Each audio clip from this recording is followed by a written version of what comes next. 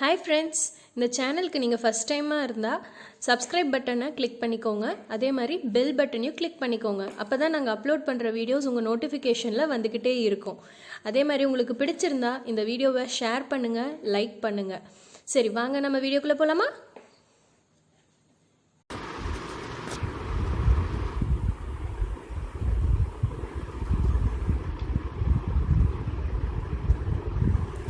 Welcome to target 190 IAS academy. நம்ம இன்றைக்கி என்ன பார்க்க போகிறோம் அப்படின்னா, சயின்ஸில் ஃபர்ஸ்ட் லெசன் மெஷர்மெண்ட் டேர்ம் 1ல்.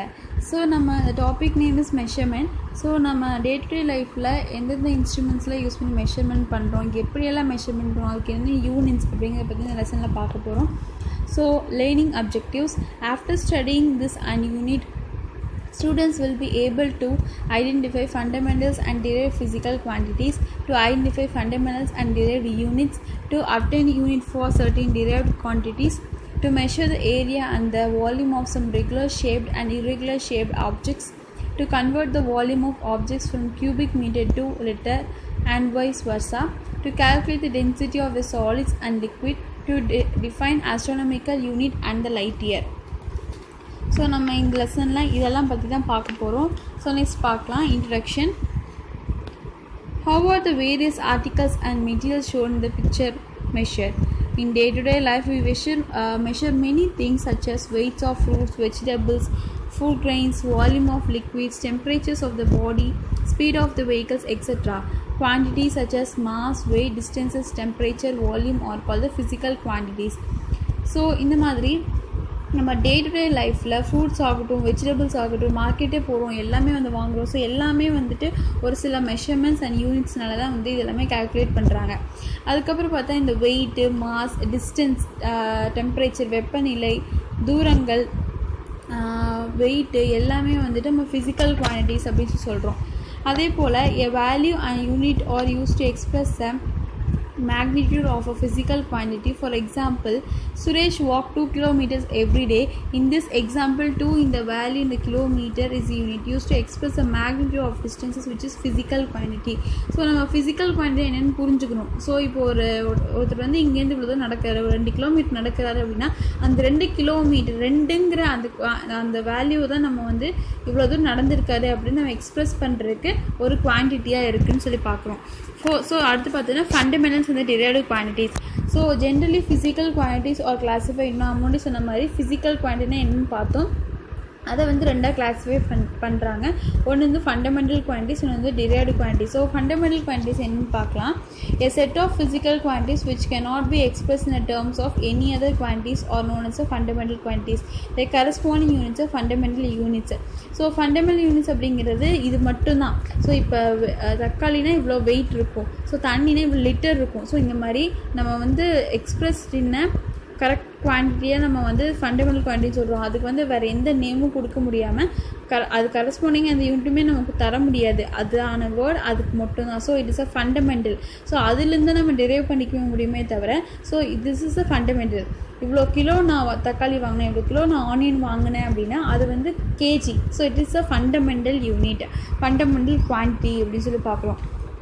அடுத்து பார்த்தோம்னா this is 7 fundamental physical quantity. So இந்த மாதிரி 7 ஃபண்டமெண்டலான ஒரு குவான்டிட்டிஸ் இருக்குது. ஒன்று லென்த்து, அது அதோட unit metre, mass kilogram, time seconds, temperature kelvin, electric current ampere, amount of substances mole, luminous intensity கேண்ட்லா.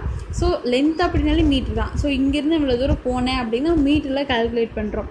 அதுக்கப்புறம் பார்த்தா மாஸ். நம்ம வெயிட் அப்படின்னாலே நான் இவ்வளோ கிலோ இது வாங்கினேன், இவ்வளோ கிலோ கிளாத்ஸ் வாங்கினேன், இவ்வளோ கிலோ ஃப்ரூட்ஸ் வாங்கினேன் அப்படிங்கிறது kilogram. It is a fundamental. அதே மாதிரி டைம், டெம்பரேச்சர் எல்லாமே ஒரு ஃபண்டமெண்டல் குவான்டிட்டிஸ். அடுத்து பார்த்தா derived quantities. All other physical quantities which can be obtained from multiplying, dividing or by mathematically combining the fundamental quantities are known as derived quantities.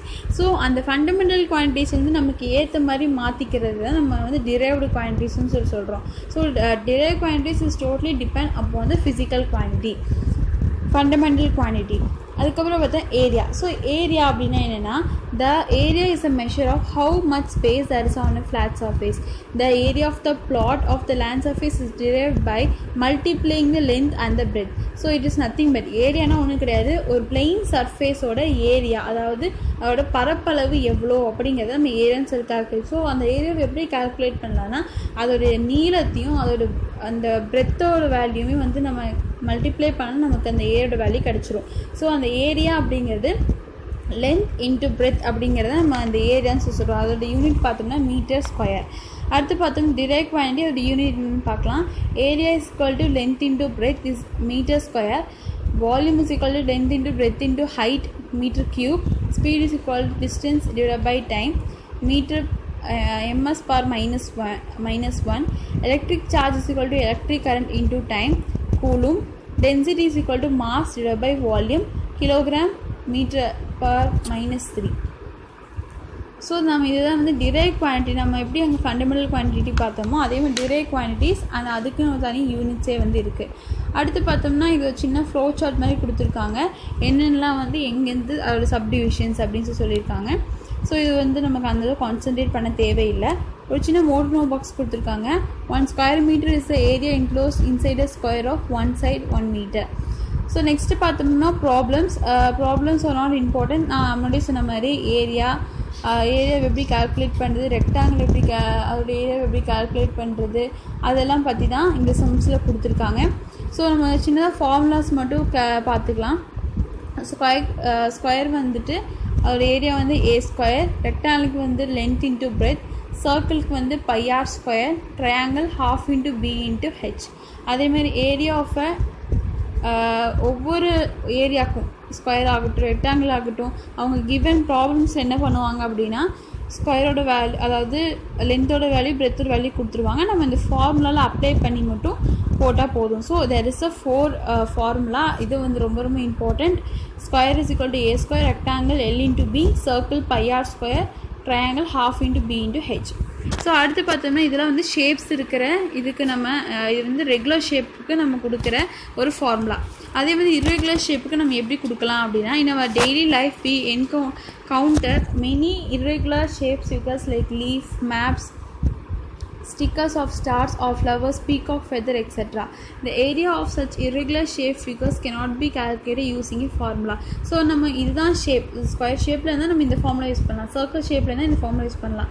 இதே வந்து அந்த மாதிரி ஷேப் இல்லை irregular ஷேப் அப்படிங்கும்போது நம்ம எப்படி கால்குலேட் பண்ணுறது அப்படிங்கிறது கொடுத்துருக்காங்க. So how we find the area of the irregular shaped objects? So we can find the area of these figures with the help of a graph sheet.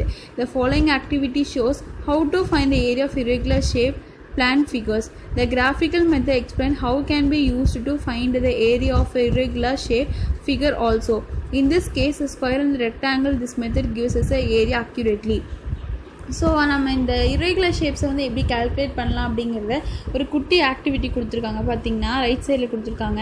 Take a leaf from any one of trees in your neighbourhood, place the leaf of a graph and sheet, draw the outline of the leaf with a pencil, remove the leaf, you can see the outline of the leaf on the graph sheet. So இங்கே சொன்ன மாதிரி ஒரு leaf எடுத்து நம்ம draw பண்ணோம் அப்படின்னா ஒரு கீழ் பாட்டம் சர்ஃபேஸ்லேருந்து டாப் சர்ஃபேஸ் வரைக்கும் நம்ம அந்த கிராஃப் ஷீட்டில் வந்து மெஷர் பண்ணால் நமக்கு ஈஸியாக வந்து irregular ஷேப்புக்கான மெஷர்மெண்ட் நம்ம கண்டுபிடிச்சலாம் அப்படிங்கிறது இந்த area of the irregular shape figures. அடுத்து பார்த்தீங்கன்னா volume.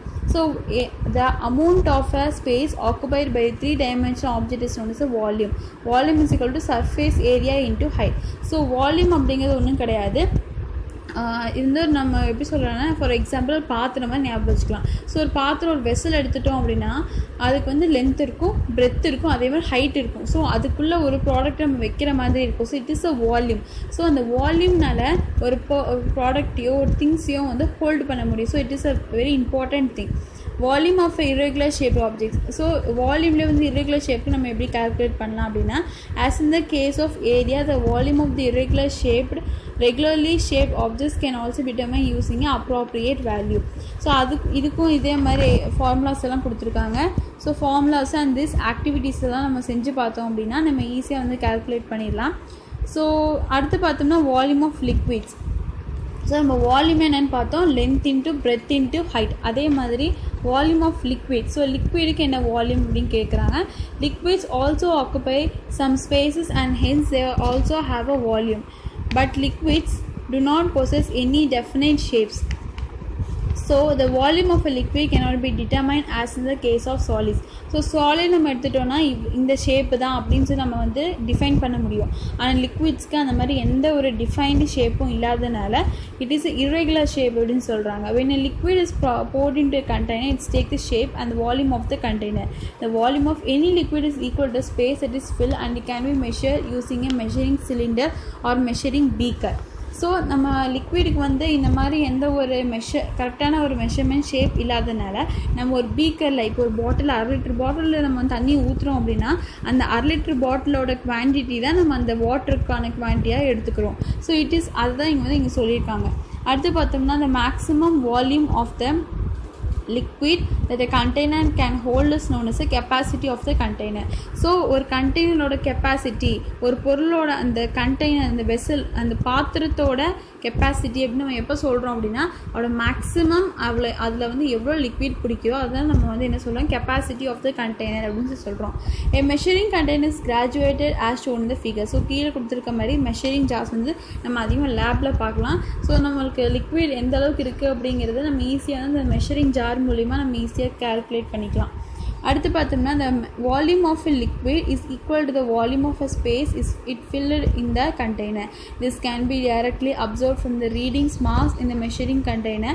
If you notice the measuring cups given in the figure carefully, நான் முன்னாடியே சொன்ன மாதிரி அந்த மெஷரிங் ஜாரை யூஸ் பண்ணி நம்ம வந்து கால்குலேட் பண்ணிக்கலாம். அது வந்து எவ்வளோ லிட்டர் இருக்குது, எவ்வளோ m³ இருக்குது அப்படின்னு சொல்லி நம்ம m³ நத்திங் பட் நான் சொன்ன மாதிரி லென்த்து, பிரெத்து, ஹைட். ஸோ இதை நம்ம m³ அப்படின்னு சொல்லி சொல்கிறோம். ஸோ இங்கே கீழே கொடுத்துருக்காங்க பாருங்கள். லிட்டரை வந்து நம்ம எப்படி வந்து டிஃபைன் பண்ணணும்னு பார்த்தோம்னா litre volume of the 1000 cc டேர்ம்லஸ் 1 லிட்டர். ஒரு லிட்டருக்கு வந்து 1000 cc அப்படின்னு சொல்லி சொல்கிறோம். ஸோ சிசிங்க நத்திங்கோ சென்டிமீட்டர் க்யூப் அப்படிங்கிறத நம்ம 1000 cc அப்படிங்கிறோம். ஸோ நம்ம வந்து மில்லி லிட்டர், லிட்டர் அப்படி நம்ம கால்குலேட் பண்ணுறது தான் இந்த லிட்டரோட யூனிட்ஸ்னு சொல்லி பார்க்குறோம். அடுத்து to measure the volume of liquid some other units are also use. Some of them are gallon, ounce and quart. So litre போக நம்ம வேறு என்னென்னலாம் நம்ம வந்து சொல்லலாம் அப்படின்னா 3785 மில்லி லிட்டர் நம்ம வந்து ஒரு கேலன் அப்படின்னு சொல்லலாம். 30 ml வந்து 1 ounceன்னு சொல்லலாம். ஒரு லிட்டர் நம்ம 1 quart அப்படின்னு நம்ம சொல்லலாம். ஸோ இது வரைக்கும் நம்ம பார்த்தது வால்யூம்ஸ்க்கு பார்த்தோம். ஸோ இல்லை லிக்விட்லேருந்து தான் எப்படி கால்குலேட் பண்ணலாம் அப்படின்னு பார்த்தோம். அடுத்து பார்த்தா volume of the regularly shaped object. நான் முன்னாடியே சொன்ன மாதிரி ரெகுலர் ஸ்கொயருக்கு, சர்க்கிளுக்கு எல்லாம் பார்த்தோம். அதே மாதிரி இங்கே இருக்கிற ஆப்ஜெக்ட்ஸ்க்கும் என்னென்ன அப்படின்னு சொல்லி பார்க்கலாம். So it is also have a some volume. இதுக்கும் வந்துட்டு லென்த்து, பிரெத்து, ஹைட் இது எல்லாமே வந்து இருக்குதுன்னு சொல்லி பார்க்கலாம். ஸோ அதான ஆப்ஜெக்ட்ஸ். அங்கே வந்து வால்யூம் இல்லாத ஆப்ஜெக்டான ஸ்கொயர், சர்க்கிள் தான் பார்த்தோம். இங்கே வந்து வால்யூம் இருக்கும். அங்கே ஒன்லி லென்த் அண்ட் பிரெத், இங்கே லென்த், பிரெத் அண்ட் ஹைட். அதுதான் வந்து டிஃப்ரென்ஸ். இது ரெண்டுத்துக்குள்ள டிஃப்ரென்ஸு. க்யூப் பார்த்தோம்னா அதுக்கான ஃபார்முலா a cube. கியூபாய்டு வந்து length into breadth into height. அது வந்து L into B into H அப்படின்னு சொல்லி சொல்கிறோம். ஸ்பியருக்கு வந்துட்டு 4/3 πr³ அப்படின்னு சொல்லி சொல்கிறோம். சிலிண்டர் வந்து பார்த்தோன்னா πr²h. So this is the formula. அடுத்து volume of irregularly shaped objects. As we discussed earlier, for the case of area, there are no formula to determine the volume of irregular shape. For such cases, their volume can be determined using a measuring cylinder and the water. So irregular shaped objects எல்லாத்துக்குமே வந்துட்டு அதுக்கான தனி டெஃபைன்டு ஒரு ஷேப்போ ஒரு மெஷர்மெண்ட்டோ கிடையாது. So நம்ம ஒரு வெசல்லையோ சிலிண்டர்லேயோ வந்து அந்த லிக்விட் ஆர் சம்திங் ஊற்றணும் அப்படின்னா அதோட குவான்டிட்டி நம்ம கால்குலேட் பண்ணி மெஷர் பண்ணிக்கலாம் அப்படின்னு சொல்லி சொல்லுவாங்க. Density. Take water in a beaker and drop an iron ball and the cloth bowl into the water. இது சும்மா ஒரு எக்ஸாம்பிள் மாதிரி கொடுத்துருக்காங்க. Flows as shown in the figure. Can you explain why? If you answered heavy objects sink in the water and lighter objects float in the water, then why does a metal coin sinks in the water very so much heavier? So நான் முன்னாடி சொன்ன மாதிரி density அப்படின்னு ஒன்று கிடையாது, அடர்த்தி. ஒரு பொருளோட நம்ம எப்படி சொல்ல கெட்டித்தன்மைன்னு கூட சொல்லலாம். டென்சிட்டினா அடர்த்தி. ஸோ ஒரு பொருள் வந்து அந்த டென்சிட்டி ஜாஸ்தியாக இருந்ததுன்னா அதோட வெயிட் வந்து கீழே பாட்டம் சர்ஃபேஸ்க்கு போயிடும். ஸோ வெயிட் அந்த டென்சிட்டி வந்து கம்மி, வெயிட்டுங்கிறத டென்சிட்டி கம்மியாக இருந்தால் அது வந்து எப்பவுமே டாப் சர்ஃபேஸில் தான் இருக்கும்னு சொல்லி பார்க்குறோம். அதனால தான் இங்கே கூட இந்த எக்ஸாம்பிள் கொடுத்துருக்காங்க பாருங்கள். Lighter coins sinks while heavier wooden log floats. So coins வந்து கீழேயும் வுட்டன் வந்து மேலேயும் இருக்கும். So because of the density அந்த பொருளோட அடர்த்தியை வச்சு தான் நம்ம இதை வந்து கால்குலேட் பண்ண முடியும். ஸோ இதெல்லாம் வந்து ஒரு சின்ன எக்ஸாம்பிள் மாதிரி கொடுத்துருக்கான், நம்ம வேணா செஞ்சு பார்த்துக்கலாம். அதுக்கப்புறம் பார்த்தோன்னா நம்ம இந்த எக்ஸாம்பிள் தான் வந்து இங்கே சொல்லியிருக்காங்க. we observe the wooden block occupies more volume in the iron ball of the same mass. So இந்த டென்சிட்டியை கண்டுபிடிக்கிறதுக்கு ஒரு ஃபார்முலாவும் கொடுத்துருக்காங்க. ஸோ டென்சிட்டினா என்னென்னு பார்த்தோன்னா density of a substance is defined as a mass of the substances contained in the unit volume. So the mass of substances is m whose volume is v. Then the equations of density is given by density is equal to mass by volume. D is equal to m divided by v. Unit of a density. So டென்சிட்டிக்குன்னு ஒரு unit இருக்கும் இல்லையா, so அது என்னென்னா the SI unit of the density is kg per meter cube. The CGS unit of the density is g divided by centimeter cube. Density of the different materials. So ஒவ்வொரு மெட்டீரியல்ஸ்க்கும் வந்து different types of density வந்து இருக்குது. அது என்னென்னு சொல்லி பார்க்கலாம். Different materials have a different densities. The materials with higher density are called denser and the materials with a lower density are called rarer. So for example நம்ம எடுத்துட்டோம் அப்படின்னா chalk அப்படிங்கிறது rarer, அதே மாதிரி காயின் அப்படிங்கிறது டென்சர். ஸோ அதிகமான density இருக்கிறது நம்ம டென்சர்னும், கம்மியான டென்சிட்டி இருக்கிறத நம்ம ரேரர் அப்படின்னு சொல்கிறோம். ஸோ இந்த டேபிளில் கொடுத்துருக்காங்க. கேஸுக்கு ஏர் கெரோசின் டென்சிட்டி 1.2800. லிக்விட் அந்த லிக்விடில் பார்த்தோன்னா வாட்டருக்கு வந்து 1000, மெர்க்குரிக்கு வந்து 13,600, வுட் 770, அலுமினியம் 2700. அதே மாதிரி சாலிடில் பார்த்தோம்னா அயனுக்கு வந்து 7,800, காப்பர் 8,900, சில்வர் வந்துட்டு 10,500, கோல்டுக்கு வந்து 19,300. இது எல்லாமே வந்துட்டு ஆல்ரெடி நம்ம டிஃபைன் பண்ணி வச்சுருக்காங்க. ஸோ இங்கே வந்து கீழே 2 ப்ராப்ளம்ஸ் கொடுத்துருக்காங்க. அது எதுக்காக அப்படின்னா நம்ம எப்படி வந்து டென்சிட்டி கண்டுபிடிக்கிறது அப்படிங்கிற ஃபார்முலா யூஸ் பண்ணி கொடுத்துருக்காங்க. நான் ஆல்ரெடி சொன்ன மாதிரி மாஸ் டிவைட் பை வால்யூம், அதுதான் நம்ம வந்துட்டு டென்சிட்டிக்கான ஃபார்முலா. ஸோ இதை மட்டும் நம்ம கரெக்டாக ஞாபகம் வச்சுட்டா போதும். ஸோ அது இந்த mass density is equal to mass by வால்யூமை நம்ம எப்படியெல்லாம் கன்வெர்ட் பண்ணி எழுதிக்கலாம் அப்படின்னா mass is equal density into volume, volume is equal to mass divide by density. இது நம்ம ஒரே ஃபார்முலாவை வந்து நம்ம வந்து வைஸ் வர்ஸாவோ போட்டோம் அப்படின்னா நமக்கு ஒவ்வொன்றும் மாஸ், வால்யூம், டென்சிட்டி மூணுமே வந்து கால்குலேட் பண்ணிக்கலாம். அடுத்து பார்த்தோம்னா measuring distance of a celestial body. Normally we use centimetre, metre and kilometer to express the distance that we measure in our day-to-day life. But for space research, astronomers need to measure very high distances such as the distance between the Earth and a star or the distance between two stars. To express this distance, we shall learn about the two units namely astronomical unit and the light year. So நம்ம வந்து day to day லைஃப்பில் நமக்கு metre, kilometre, அதுக்கப்புறம் KG இதெல்லாம் நம்ம பார்க்குறோம். அதே வந்து ஸ்பேஸில் பார்த்தோம்னா ஒரு எர்த்துக்கும் இன்னொரு செலஸ்டியல் பாடினா ஒரு நம்ம டிஃபைன் பண்ணாத பாடி, ஒரு ஸ்டோனோ இல்லை அது ஒரு பிளான்ட்டாக கூட நம்ம வச்சுக்கலாம். ஸோ செலஸ்டியல் பாடிக்கு இருக்க டிஸ்டன்ஸ் எவ்வளோ பார்த்தோம்னா நம்ம வந்து மீட்டர்லையோ சென்டிமீட்டர்லையோ கால்குலேட் பண்ண முடியாது. ஸோ அதுக்கான யூனிட் தான் என்னென்னு பார்த்தோம்னா astronomical unit and the light year. So சின்ன மோட்டர் பாக்ஸ் கொடுத்துருக்காங்க. Water has more density than oil, like cooking oil and the castor oil. Although this oil appears to be denser than the water. Density of the castor oil is 961 kilo per meter cube. If we put 1 drop of the water in the oil, water drops sink. But if put on 1 drop of the oil in the water, oil floats and forms a layer on a water surface. However, some oils are denser than the water. So சில இடத்துல வந்து பார்த்தோம்னா நம்ம for example நம்ம நிறைய time பார்த்துருப்போம். So oil தான் வந்து அதிகமாக டென்சிட்டி வந்து இருக்குது அப்படின்னு சொல்கிறோம். ஸோ இப்போ ஒரு குக்கிங் ஆயிலை வந்து தண்ணி ஊற்றுறோம் அப்படின்னா அந்த ஃபஸ்ட்டு ஃப்ளோட்டிங் சர்ஃபேஸ் வந்து என்னவாக தான் இருக்கும்னா ஆயிலாக தான் இருக்கும். இப்போ வந்து தண்ணிக்குள்ளே ஒரு டென்சிட்டி ஆயில் வந்து தண்ணிக்குள்ளே ஒரு ட்ராப் ஆஃப் ஆயில் வந்து ஊற்றுறோம். ஸோ அங்கே பார்த்தோம்னா ஆயில் தான் வந்து வாட்டர் தான் வந்து டென்சிட்டி ஜாஸ்தி. பிகாஸ் ஆயில் வந்து அவுட்டர்ஸ் மேலே அப்பர் மோஸ்ட் லேயரில் வந்து ஆக்குபை பண்ணியிருக்கோம். So it has a low density அப்படின்னு சொல்கிறாங்க. ஸோ அது வந்து சில இடத்த பொறுத்து அந்த டென்சிட்டி வந்து மாறும். சில டைம் வந்து நம்ம ஒவ்வொரு விதமான ஆயிலை பொறுத்து தான். ஸோ சில ஆயில டென்சிட்டி அதிகமாக இருக்கும், கம்மியாக இருக்கும். ஸோ அதை பொறுத்து வந்து அது டாப் சர்ஃபேஸ் ஆக்குபை பண்ணுதா, லோயர் சர்ஃபேஸ் ஆக்குபை பண்ணுதா அப்படின்னு சொல்லி நம்ம கால்குலேட் பண்ணிக்கலாம். அடுத்து பார்த்தா astronomical unit and light year, இது ரெண்டு பற்றியும் பார்க்கலாம். ஆஸ்ட்ரானமிக்கல் யூனிட்னா ஒன்றும் கிடையாது. We all know that the earth revolves around the sun in the elliptical orbit. Hence, the distance between the sun and the earth varies every day.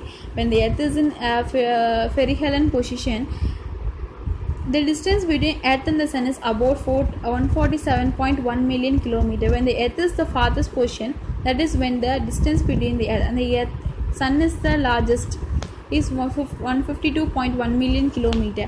The average distance between the earth and the sun is about 149.6 million kilometer. This average distance is taken as a one astronomical unit. So நம்ம இது என்ன சொல்கிறோம் பார்த்தீங்கன்னா,